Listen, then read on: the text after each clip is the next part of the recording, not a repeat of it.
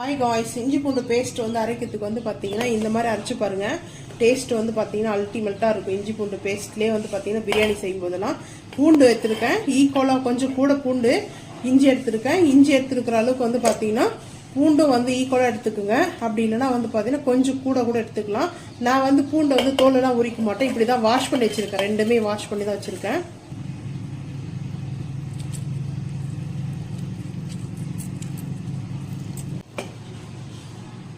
கல்லுப்பு. இப்போ வந்து தண்ணி ஊற்றி நல்லா வந்து ஃபைன் பேஸ்ட் அரைச்சிட்டு வந்துடலாம். இப்போ நம்ம அரைச்சது வந்து பார்த்தீங்கன்னா இந்த மாதிரி தான் இஞ்சி பூண்டு பேஸ்ட்டு.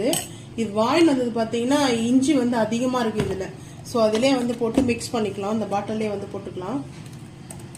இப்போ மிக்ஸ் பண்ணி பாருங்கள் எப்படி தெரியுது. 2 மாதம்னா கூட கெடாது. அதுக்கு தான் சால்ட்டும் வந்து லெமனும் வந்து இல்லை வினிகர் கூட போட்டுக்கலாம். இப்போ இஞ்சி பூண்டு பேஸ்ட் வந்து ரெடி ஆகிடுச்சு.